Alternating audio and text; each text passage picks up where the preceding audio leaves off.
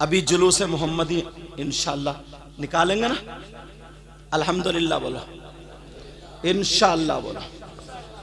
और निकालना चाहिए, यह हमारे आका का। मगर कुछ नौजवान ऐसे हैं ना, अल्लाह माफ फरमाए, जब जुलूस में जाते हैं हरी पट्टी बांध लिया, झंडा ले लिया, तो बस निकाल के जा रहे हैं। छतों पे लड़कियां खड़ी हैं, औरतें खड़ी हैं, तो जहां पे लड़कियां औरतें खड़ी हैं वहीं पे ज्यादा कूदता है, और वहीं पे नारे लगाता कि नारे तकबीर, झंडे लहरा रहे, नारे रिसालत। अब ईमानदारी से मुझे बताओ, ये नबी की मोहब्बत में कूद रहा या इसकी रगों में शैतान है वो कुदा रहा? ये तुम्हें खुद फैसला करना पड़ेगा। क्या नबी के गुलाम का यही मामला होता है? क्या ये हो सकता है? बस मोबाइलों पे जिसकी जहां बात चल रही है उस गली से निकल गया तो ऐसा लगता सबसे बड़ा आशिक रसूल यही है, अकेले ही धूम मचाया पड़ा पूरे मोहल्ले में।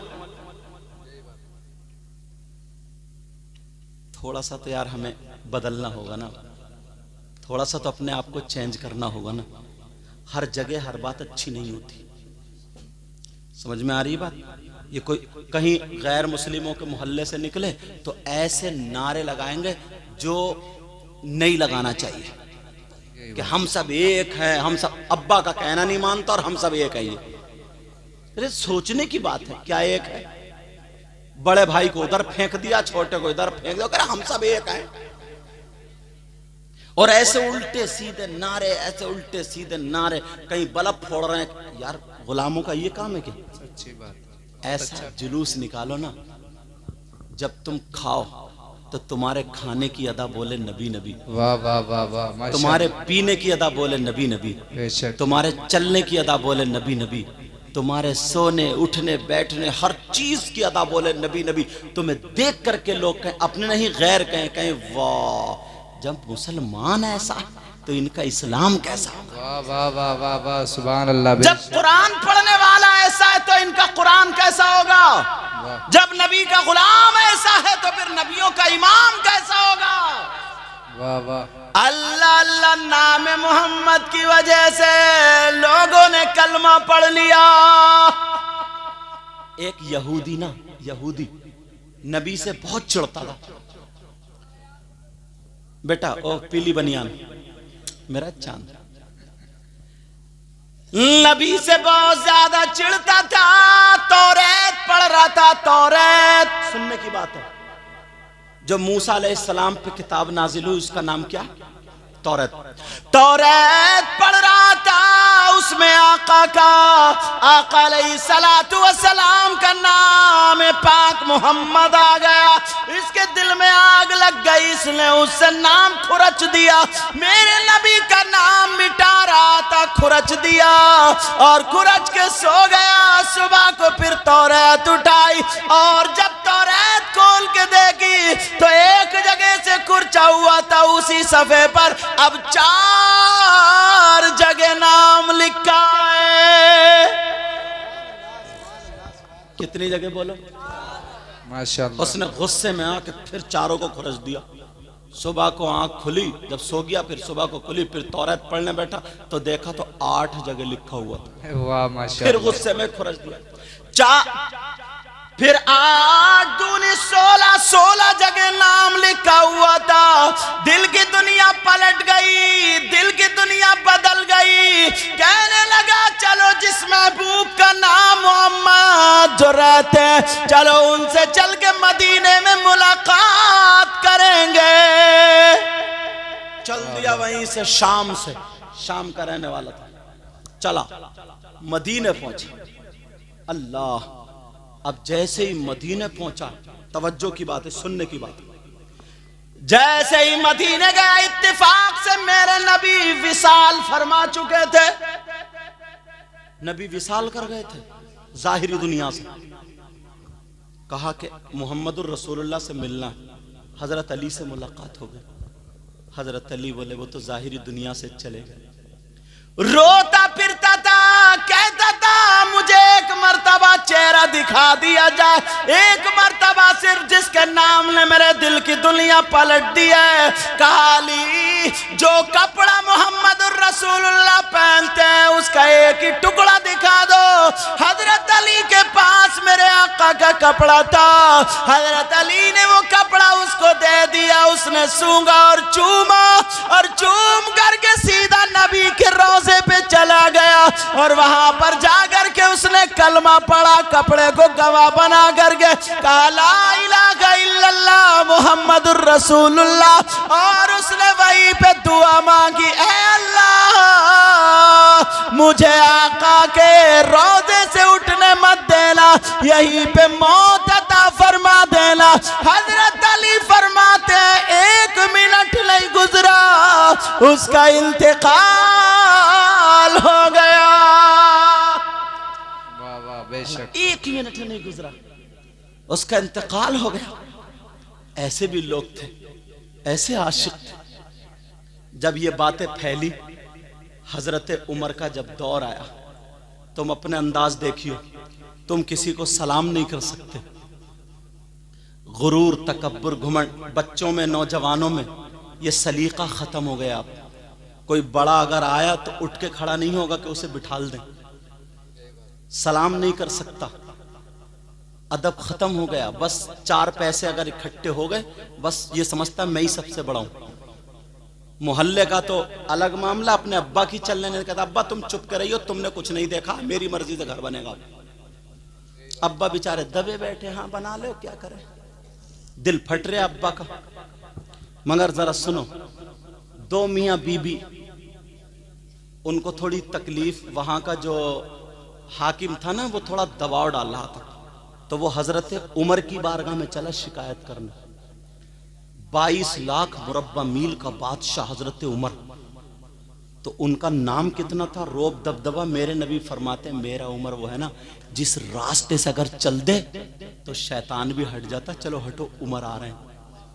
शैतान, वो दोनों मियाँ बीबी मदीने को जा रहे हैं, हजरत उमर की बारगाह में शिकायत रखना, मुलाकात करनी है। ज़हन में ये था, बहुत बड़े बादशाह, बहुत बड़े सैकड़ों आदमी दर हिफाजत के लिए खड़े होंगे।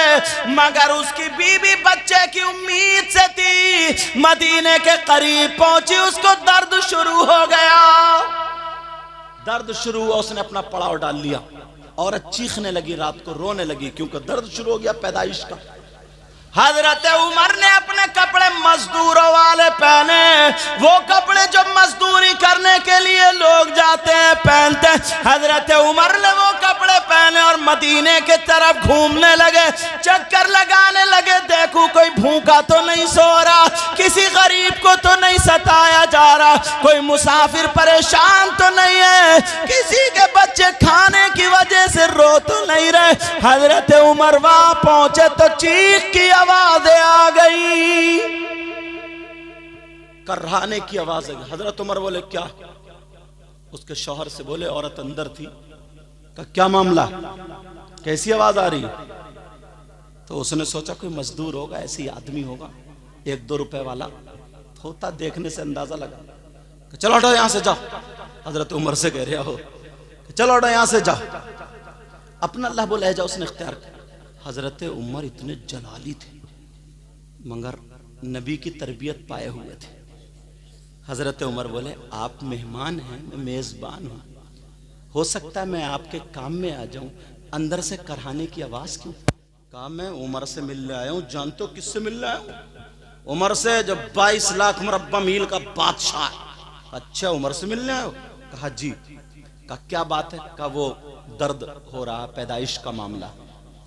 तो हजरत उमर बोले मैं दाई का इंतजाम कर दूं, अगर इजाजत हो। पहले इतने डॉक्टर नहीं, दाई हुआ करती थी। मगर माशाअल्लाह ये बात आप कहोगे कि हजरत कैसे कह रहे हैं, एक औरत के 8-8, 10-10 बच्चे होते थे। बोलो होते थे नहीं होते थे? उसके बावजूद ऑपरेशन नहीं होता था, डॉक्टर नहीं है और इतना सब, दाई यही घर पे ही सब हो जाता था मामला। 8-8, 10-10। और अब तो डॉक्टर ने डेट दे देती है, उससे 5 दिन पहले हॉस्पिटल में ले जाकर रख देता है। और अगर नहीं ले गया ना शौहर, तो सबसे बड़ा कंजूस, सबसे बड़ा बेकार वही दामाद माना जाता है जो लेके नहीं गया। सही बता रहे हूं मैं? अब वो उसकी मजबूरी बन गई, उधार ले कुछ भी करे, हॉस्पिटल में ले जाकर 20-20 साल की बच्चियां, 22-22 साल की बच्चियां, इन्हें कटवा के रख दिया है। पहला बच्चा हुआ, बस रीढ़ की हड्डी में इंजेक्शन लगाया, बेकार हो गई। अब आप जानते हैं इससे बैठ के घर का पोछा नहीं लग सकता, लच के झाड़ू नहीं लग सकती, ये बच्चे को नहीं पाल सकती। 20-20, 22-22 साल की बच्ची बिल्कुल बर्बाद हो गई है। मतलब इतनी के आधा घंटा संभल के खड़ी नहीं हो सकती, जबकि ये उम्र ऐसी थी हिरन होती, शेरनी होती, शेरनी अगर छत पे से भी कूद जाए ना तो भागते हुए चली जाए। ये उम्र मगर बिल्कुल सफेद चिट्टा कपड़ा हो गई, ना खून रहा ना कुछ, लीवर बेकार होने लगा। अब बेचारा शौहर दवाइयां कराते, 25 साल की उम्र में, 23-22 साल की उम्र में क्या करके डाल दिया। सिर्फ वो जहर का जो इंजेक्शन लगवाया ना, बस डॉक्टर ने डरा दिया कि या तो बच्चे ही बचेगा या फिर मां बचेगी। और अब तो पहले ही महीने से, दूसरे महीने से अल्लाह पे पता नहीं कैसे जुमला बोलूं, भरोसा रहा या नहीं रहा, बस अल्ट्रासाउंड पर अल्ट्रासाउंड, अल्ट्रासाउंड पर जो डॉक्टर ने कही। अरे कुरान पढ़ो, सूरह वाक़िया पढ़ो, सूरह तोहा पढ़ो, सूरह नूर पढ़ो, ये पढ़ पढ़ के पानी पियो सूरह। क्या कुरान शरीफ में कुछ नहीं रहा क्या? ये सारी चीजें नहीं रही क्या? मगर बिल्कुल बर्बाद करके डाल दिया। अब वो बच्ची 2 ऑपरेशन हो गए, अब 2 के बाद तीसरा ऑपरेशन हो गया। अब बताओ वो 10 किलो वजन नहीं उठा सकती। अब पुरानी औरतें सुरख सफेद रहती थी, 8-8 बच्चे होते थे, सुरख सफेद होती थी, उनके गाल सुरख होते थे, धूप में बैठ जाए तो गाल सुरखाई छोड़ते थे। इसको बोलते हैं खूबसूरती। और आज बिल्कुल सफेद चिट्टा, लाएगी वही मेकअप का वही डब्बा और बस अब रंग लगा रही है गालों पर रंग, ये दिखाएगी सुरखाई, नकली सारी चीज। अरे क्या हो गया? अल्लाह अल्लाह सुनो प्यारे, हजरत उमर कहने लगे दाई का इंतजाम कर दूं, दाई का इंतजाम कर दूं। कहा दाई का इंतजाम? कहा जल्दी आना। वो कह रहा है कि जल्दी आना। हजरत उमर बोले ठीक है।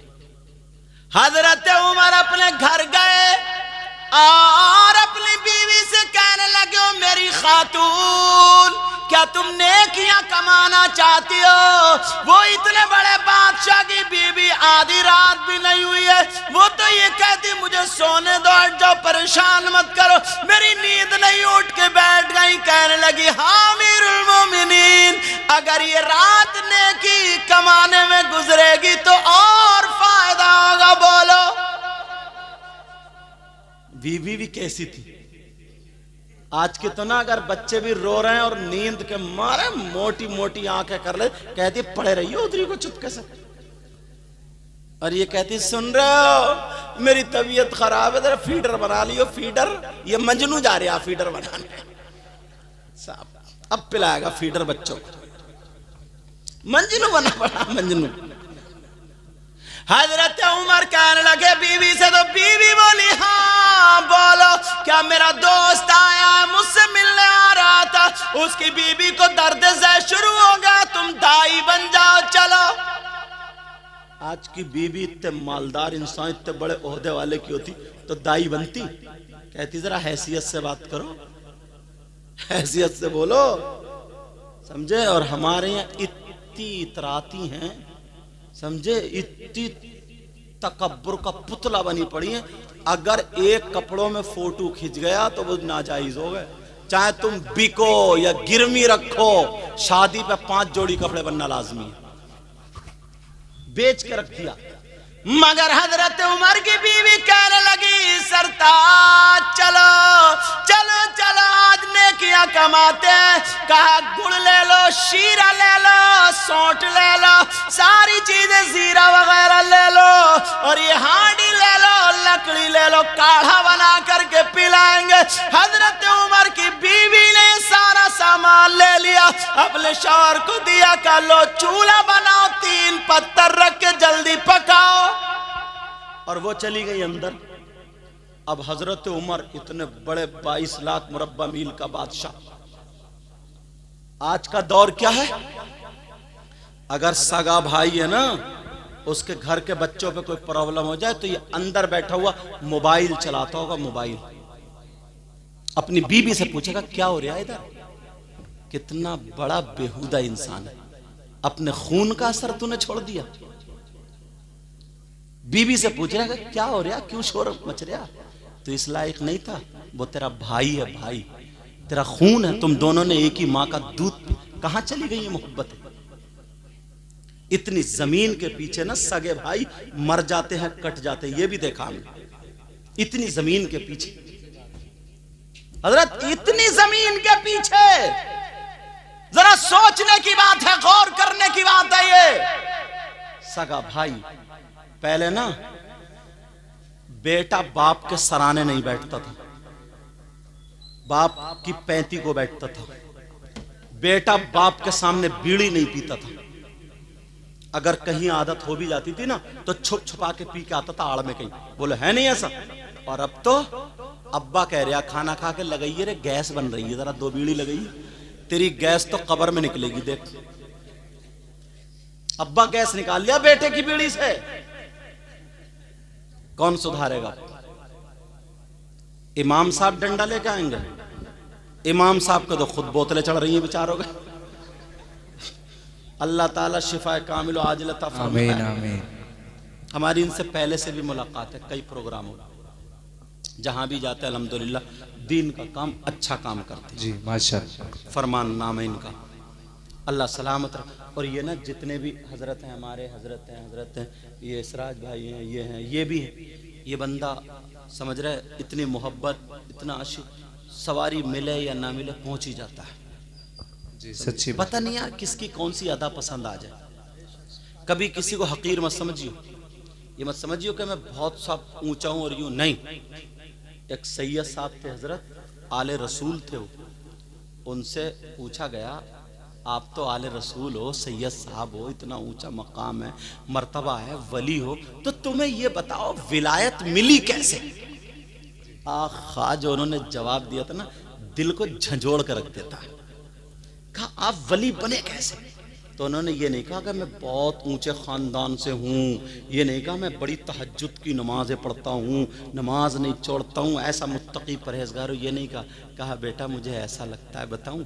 कहा एक मर्तबा मैं फजर की नमाज पढ़ के आया तो सुबह सुबह मेरा दिल थोड़ा परेशान था, और जैसे ही परेशान था ना तो मेरा दिल ये लगा कि बाहर को चलो, हरियाली में को टहलो। जब मैं बाहर आया तो मैंने देखा एक कुत्ता था। कुत्ता क्या था बोलो? और कुत्ते की गर्दन यहां ऊपर से सड़ रही थी, और उस सड़ी हुई गर्दन पे ना कीड़े बिलबिला रहे थे, और कुत्ता यूं कर रहा, बहुत ज्यादा परेशान, बहुत परेशान, और मुंह से झाग निकल रहे हैं, और लोगों के पांवों में घुस रहा, की करता हुआ। वो सैयद साहब बोले की करता हुआ लोगों के पांवों में घुस रहा, मगर कोई पांव मार दे, कोई हट हट कर दे, कोई डंडा मार दे, कोई पत्थर मार दे, कोई इंसान नहीं मिल रहा था। और वो कुत्ता कह रहे थे या अल्लाह मुझे इस तकलीफ से कोई निकाल दे, या अल्लाह मुझे इस तकलीफ से कोई निकाल दे। अल्लाह तो सबका खालिक व मालिक है ना। वो आले रसूल बोले मैं देख रहा था वो कुत्ता मेरी तरफ को आया, तहमत बांधे हुए थे वो, बोले मेरी तरफ को आया तो मैंने भी अपना तहमत समेटा, कहीं इसका थूक ना लग जाए, क्योंकि थूक नापाक है, राल ना लग, सूखा हुआ कुत्ता लग जाए तो तुम्हारे कपड़े नापाक नहीं होंगे, और अगर गीला लग जाए तो नापाक हो जाएंगे। कुत्ते का थूक लग जाए, राल लग जाए तो नापाक हो जाएंगे। समझ में आ रही बात? ये बात साफ हो गई। अब वो उन्होंने कपड़े समेट लिए, मगर वो भी पीछे हटे, और इन्होंने ऐसे करा तो कुत्ता दुम हिलाने लगा। कुत्ता समझा ना यार कोई मिल गया, अब इंसान मिल गया, इंसानियत बेदार का कौन मिल गया? बोलो बोलो, इंसान मिल गया। वो आले रसूल कहने लगे जब मेरी नजर उसकी गर्दन पे पड़ी तो कीड़े बिलबिला रहे थे, मैंने दुआ की ऐ अल्लाह मुझे इस लायक बना दे कि मैं इसके कीड़े बीन दूं। अल्लाह, इधर देखा इधर देखा इधर देखा, एक तरफ पड़ी हुई लोहे की तान मिल गई, जैसे साइकिल की तान होती है ना, बारीक सा तार मिल गया। उन्होंने उसको ऐसे करके चिमटी की तरह बना लिया, जैसे चिमटी बनाते ना, और चिमटी की तरह बना करके अपने कपड़े समेट के ऐसे कर लिए, कुत्ते को पुचकारा, कुत्ता तुम हिलाने लगा। वो सैयद साहब बोले मैंने उस चिमटी से एक कीड़ा उठाया फेंक दिया, दूसरा उठाया फेंक दिया, सारे कीड़े बीन दिए, कुत्ता ठंडी सांसें लेने लगा। वाह वाह वाह वाह वाह। अब वो बोले उसका थूक वगैरह खत्म हो गया ना, बोले अब ये ठीक कैसे होगा? तो बराबर में दूब घास खड़ी थी। दूब जानते हो ना, दूबर, कुछ लोग जानते होंगे, दूबरा बोलते हैं ना इधर, दूबर, हाँ दूब भी बोलते हैं उसको, दूबर भी। उन्होंने वो खेड़ी और ऐसे करके झाड़ी, एक पत्थर पे रखी, दूसरे पत्थर पे कुचल कुचल के जितना बड़ा जख्म था ना, इतनी बड़ी टिकिया बना ली।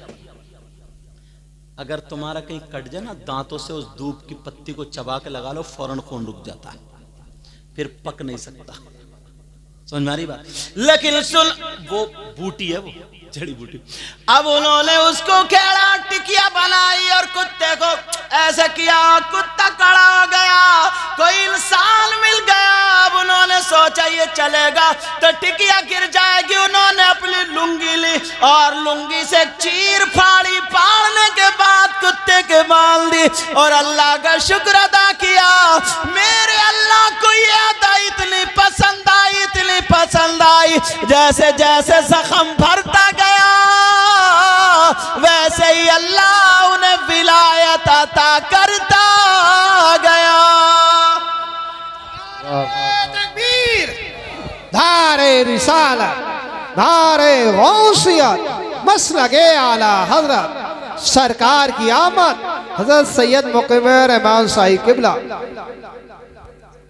मगर हमारे यहाँ कहाँ कुत्ते को क्या राहत पहुंचाओगे?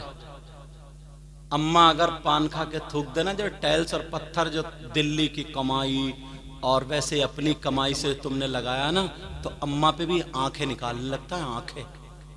कौन अम्मा है ये? जिस अम्मा ने, अल्लाह बरकतें फरमाए, जिस अम्मा ने इसकी लैट्रीन धोई है,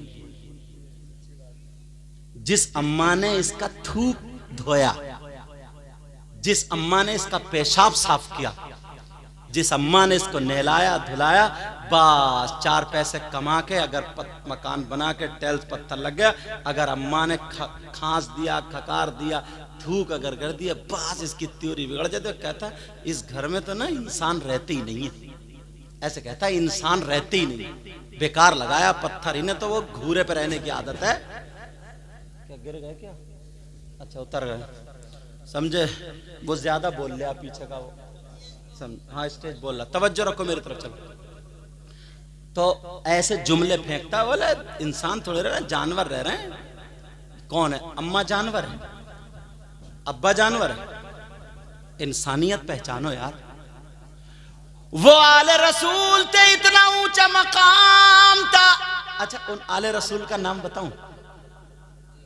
लग रहा है समझ में नहीं आ रही, तो अल्हम्दुलिल्लाह बोलो। उन आले रसूल का नाम बताऊं? उनका नाम है सैयद अहमद कबीर रिफाई, अबुल उलाई सिलसिले के बड़े पाए के बुजुर्ग हैं, बहुत बड़े पाए के बुजुर्ग। मैं इनके मज़ार, जब मैं करबला शरीफ गया था ना और गौसे पाक के मज़ार पे, तो इनके मज़ार पे भी गया था। अल्लाह अल्लाह, एक कुत्ते की वजह से ये मिला। मेरे नबी फरमाते अगर तुम्हारे माँ बाप दुआ कर दे तो माँ बाप की दुआ मेरी दुआ की तरह होती है। यानी आका फरमाते अगर तुम्हें कामयाबी हासिल करनी है तो माँ बाप को राजी कर लो। अब हजरत उमर की बीवी बोली ये पकाओ काढ़ा। हजरत उमर ने 3 पत्थर रख लिए, हांडी चढ़ा दी। अब वो समझा के पता नहीं कौन, कह रहा जरा संभल के जलाओ, संभल के जलाओ। हजरत उमर फूंक रहे हैं, आंखें लाल हो गई, समझे, और लकड़ियां जलने का नाम ना ले, धुआं दाढ़ी में को निकले। बड़ी मुश्किल से वो काढ़ा बनाया, काढ़ा बना करके अपनी बीवी को दे दिया। उनकी बीवी ने जो था उनको जाकर के पिलाया। और जैसे ही वो काढ़ा जब उन्होंने पिया, थोड़ी देर के बाद खेमे में बच्चे की किलकारी की आवाज आ गई, बच्चा रोने लगा। हजरत उमर की बीवी कहने लगी अमीरुल मोमिनीन मुबारक मुबारक हो, तुम्हारे दोस्त के बेटे के यहाँ तुम्हारे दोस्त के यहाँ बेटा पैदा हुआ है। उसने जब अमीरुल मोमिनीन का नाम सुना, इधर उधर देख रहा, अमीरुल मोमिनीन मुस्कुरा गया। अब तो इसे पसीना आ गया, अरे हजरत उमर यही है। अब कहने लगा माफ कर दो, सुना था ना कि हजरत उमर का जलाल कि शैतान भी रास्ता छोड़ देता, सोचा अब तो बोटी बोटी कर देंगे, अब तो बहुत मारेंगे। कहने लगा कदमों पे आ गया, कहने लगा मैंने आपको बहुत बुरा भला कहा, मुझे पता नहीं था, मगर मैंने आपका बड़ा नाम सुना था, आपको गुस्सा क्यों नहीं आया, आपने मुझे मारा क्यों नहीं था? कहा इसलिए सुन ले, तूने जो तरबियत पाई है वो अपने बाप से पाई है, और मैंने जो तरबियत पाई है वो रसूल पाक से पाई है। सुभान अल्लाह, सुभान अल्लाह, बहुत अच्छा। मैंने जो तरबियत पाई है किससे पाई है बोलो? तो रसूल पाक की अदाएं अपने घरों में लाओगे? बोलो लाओगे? आज के बाद कोई शरीयत के खिलाफ काम तो नहीं होगा। और सुनो एक बात और बता दूं, आजकल जो ना नशे की लत बहुत चल रही है, नौजवान बहुत सारे पहले मोबाइल से बर्बाद हुए थे, अब नशे से बर्बाद हो रहे हैं। नशे से, नशे से क्यों? वो जिम है ना, जिम, तो ये डोले शोले जो बनाने जाता है ना, हमारे तो है ही नहीं, हड्डी चटक रही है खाली, समझे? मगर अल्लाह का शुक्र है, न खुशी अच्छी न हुज़्न मलाल अच्छा, खुदा जिस हाल में रखे वही हाल अच्छा।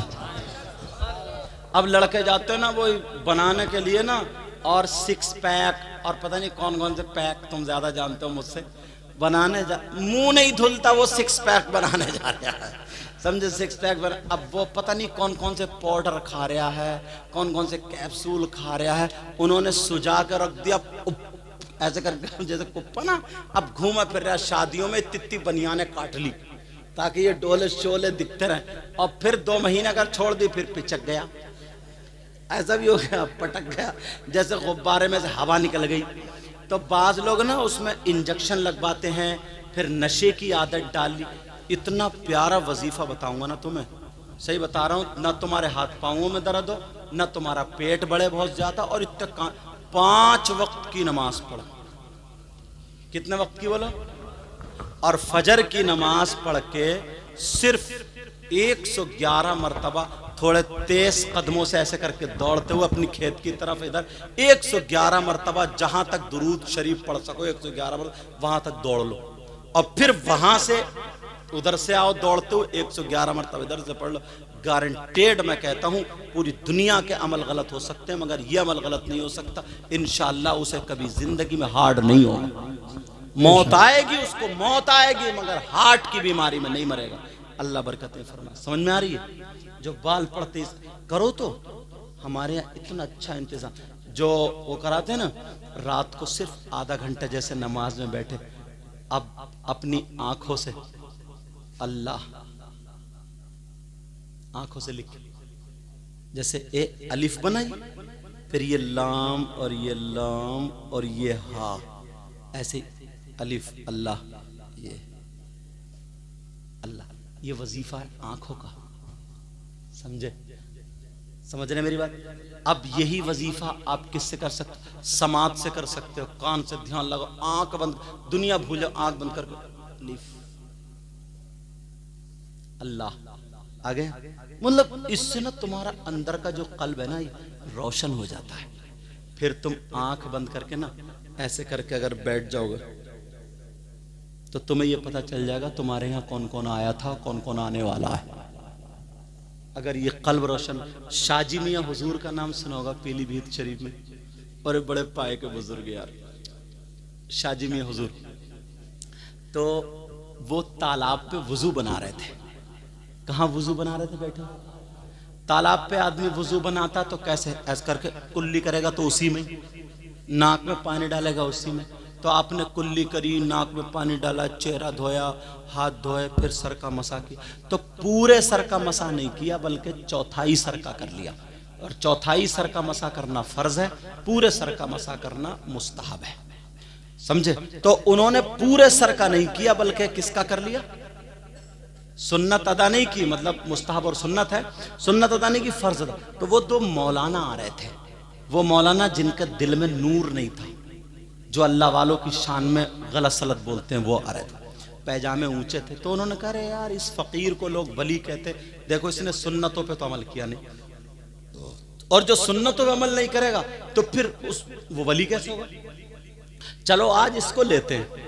बड़ी दूर से तेज जा रहे थे, मगर शाजी मियां हुजूर वुजू बना के ऐसे बैठे, उनके दिल की आवाज सुन ली, उठे ही नहीं, आगे बढ़े ही नहीं। ये बोले चलो जल्दी चलो, फकीर चला ना जाए, मगर इनसे कहना बेटा गलत जगह हाथ डाल। शाजी मियां हुजूर की बारगाह में, पीलीभीत शरीफ वाले उनकी बारगाह में जब आए, वो दोनों मौलाना अभी पूछ नहीं वाले थे। शाजी मियां हुजूर ने यहाँ से गर्दन पकड़ी, और पकड़ने के बाद बोले ला इलाहा इल्लल्लाह इल्लल्लाह इल्लल्लाह कह करके यहाँ से सर को अलग कर लिया, हाथों में ले लिया, और लेने के बाद पूरे सर को तालाब में डुबो दिया। फिर निकाला ला इलाहा इल्लल्लाह, फिर डुबोया, फिर निकाला, 3 मरतबा डुबोने के बाद सर पे गर्दन पे रख लिया, और रखने के बाद बोले मुहम्मदुर रसूलुल्लाह, और कहने लगे मौलाना अब तो सुन्नत छोड़ो, गुस्ल हो गया है। अब तो मसा नहीं रहा, बल्कि पूरा ही गुस्ल हो गया। उन्होंने कहा इन्होंने तो दिल की बात पढ़ ली, कदमों पे गिर गए और तौबा कर ली। मगर ऐसे बनो तभी तो। वो दिल में ना वो इतनी खुराफातें, शैतानी बातें वो सब भर ली हैं। 2 मिनट, अगर 5 मिनट 2 भाई बैठेंगे ना, तो एक दूसरे की खैरियत नहीं पूछेंगे, अदब नहीं करें। वो अपना मोबाइल चला रहा, वो अपना चला रहा, SMS लिखे जा रहे हैं, चैटिंग। क्या जिंदगी बना ली है यार। एक बात बताओ, मेरी बहनें बैठी, थोड़ी वैसी बात है, मगर बर्दाश्त कर लेना, सब्र करना। इसलिए कह रहा हूं, ये बात पहुंचाना जरूरी है। कैसे पलट के कहूं तो